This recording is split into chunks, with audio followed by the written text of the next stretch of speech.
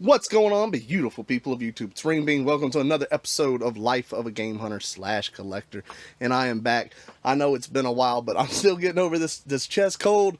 I've been playing the hell out of Red Dead Redemption 2. That game is absolutely amazing. I finally beat it and done just about everything I can in there. I think I did like 92% total completion. I'm good with that. I ain't going to go after all the little things. But anyways, now it's time to get back to work. What are we going to work on today? Well, as some of you know from one of my last videos, I picked up this very mint PSP. This is my new one. I sold the silver one that I had because this one's just in far better condition.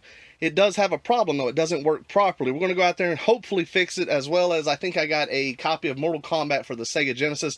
That's not working. We're going to see if we can get that one done. So anyways, guys, let's get out there. Let's get to work.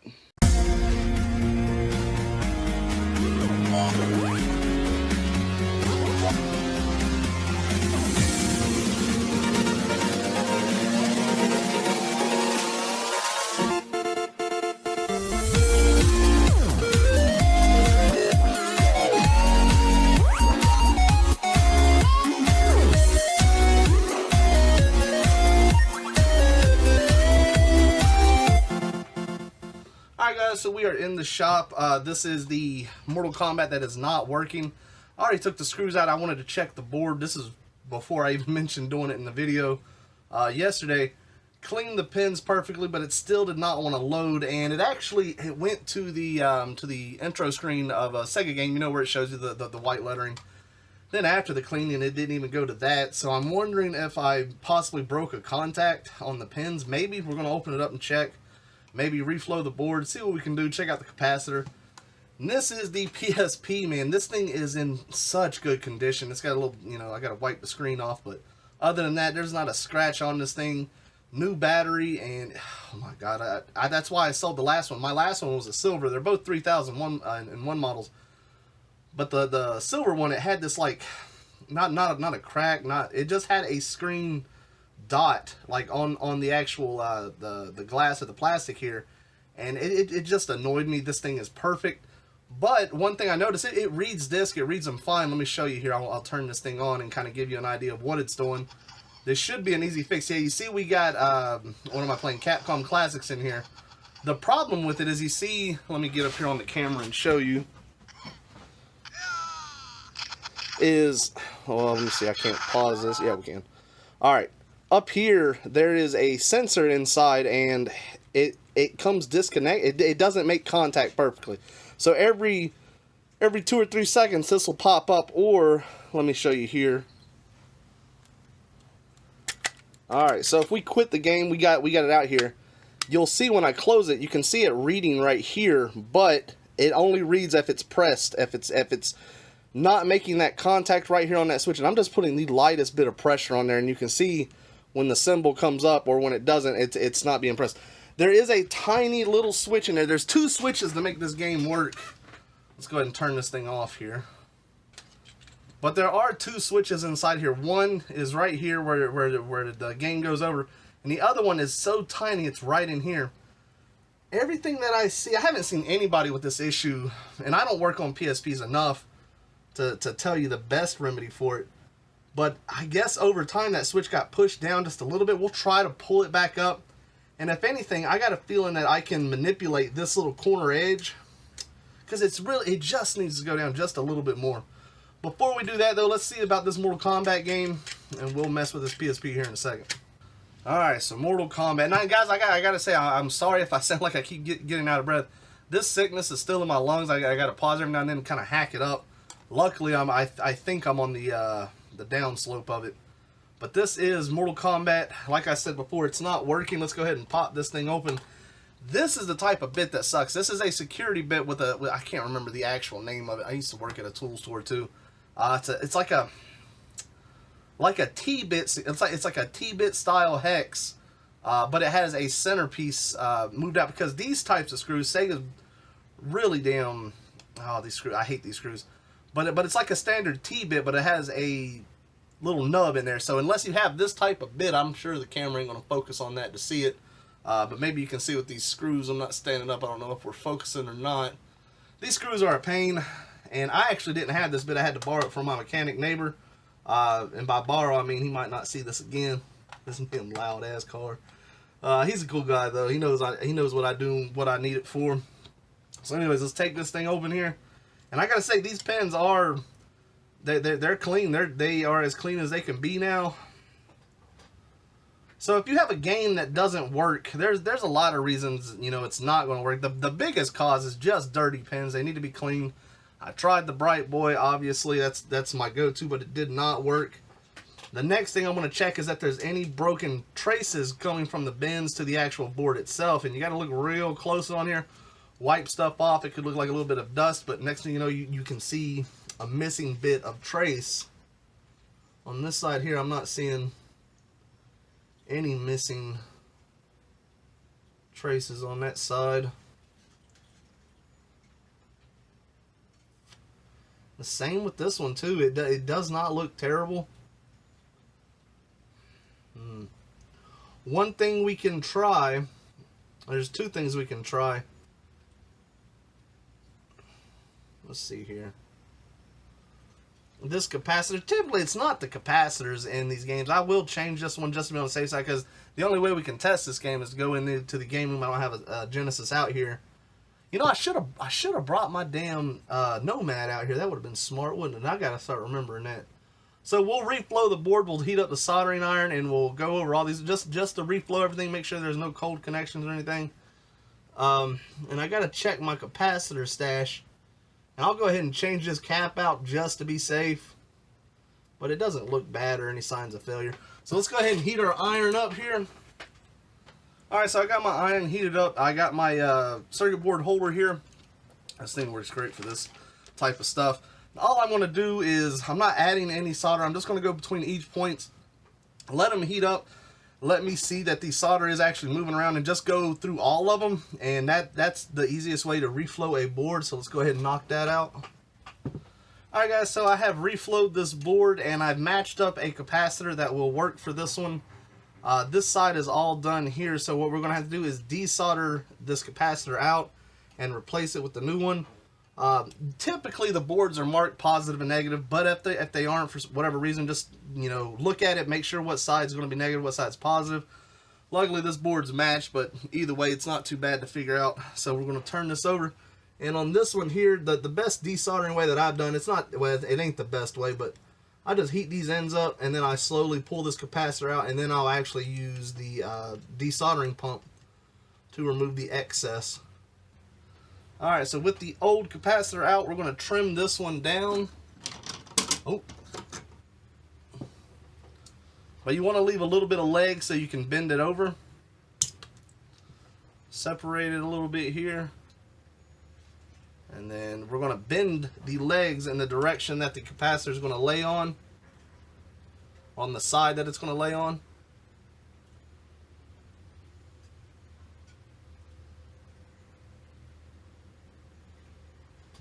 Alright, now we're going to desolder with our plunger here. Get the excess solder out because I forgot to do it. On the other side's already clear. Alright, so let's go ahead and throw this bad boy in. Now I can already tell you I cut that too long because it's going to interfere with the hole that goes into. So what we're going to do is shorten this up a little bit and rebend. So now all we gotta do is just add some solder and should be good to go. Not saying the game will work, but that's the only possibilities I have of fixing it, other than doing a board swap. And just for something as basic as Mortal Kombat, it's not really worth it. Alright, so the new capacitor's in. The only thing we can do now is put it back together. We'll check it whenever we go back inside after we mess with this PSP and see if it fixed it. Hopefully it does. If it doesn't, the board probably just needs to be swapped, and that's something that, like I said, I'm not going to really worry about. I mean, it's just Mortal Kombat. Not saying it's a bad game, but had it been something, you know, crazy, we would definitely do it. So let's put this back in there. Alright, so that's done. We'll check it here in a little bit. Let's see what's going on with this PSP here, because I definitely need one to work. I've been wanting to get real involved in some PSP games that I haven't been able to play here recently.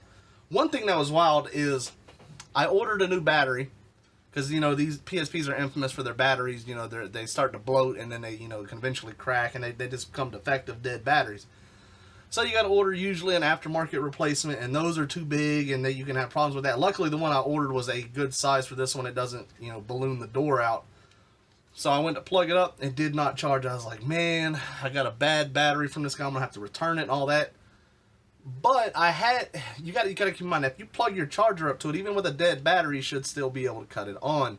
Forgot about that. So I was like, well, it's got to be one thing. It's got to be the charger. My charger was an official PSP charger. Dead as can be. I ordered another one, a replacement. It's like $5. I don't know, $5 or $10. Thing works fine now, but I'm glad I did all that without having to give that guy a hassle of a return, because it was I'm glad I checked, because I don't like to return anything on eBay. You got to know what you're buying for. And if something's truly defective, by all means return it, but the battery was fine and the problem was on my end. So I couldn't play PSP games for a while. So now we got this thing. This thing's fully charged now. And I don't want to scratch this screen. The screen is mint. So with this, I don't know how to fix this thing. See, I'm worried if I start yanking on, it's such a tiny, very, very tiny little switch in there that this little lip catches. And I guess just from being closed so long or being overly pressed, I have no idea what causes it to fail. And I know you guys can't see it, but some of you guys, if you have PSPs, open it up and you can see where this little lip is, this little indentation right here, this little protrusion. That's what activates that little switch.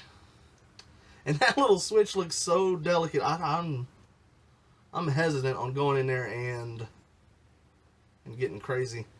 What I'm thinking about doing, this is going to sound crazy. I thought about a couple ways of doing this. I don't know the actual fix for this. Like I said, I don't work on PSPs, but I also know how to get around things. All I got to do is elongate that just a little bit or add something to it. The problem is if I add something too big, it'll damage the switch even further. And nothing is bent. Not a thing is bent. I don't know what the actual reason that caused this is. Alright guys, so I've been sitting here thinking on the best way to do this. And the biggest thing that I got to keep in mind is I have to make sure that whatever I do is reversible. I don't want to damage the unit. I don't want to do something that I can't potentially fix. So I got this little idea. I found this tiny sliver of plastic. I mean, this thing is so... I'm going to have to use tweezers to place this. I'm going to put the smallest amount of glue on there, and I'm going to try to glue it to the bottom of this lid just to extend it so slightly. I mean, that's got to be less than a millimeter, obviously. And we're going to see if that does it, but it has to be reversible. I think this will be a quick, easy solution. Hopefully one of you guys out there can leave a comment that says, no, you need to do it like this. I've looked this up. I've looked up the issue. No one seems to have a solid answer on the best way to fix this, but I guarantee this might work. So let's see here. I got some pretty powerful glues here.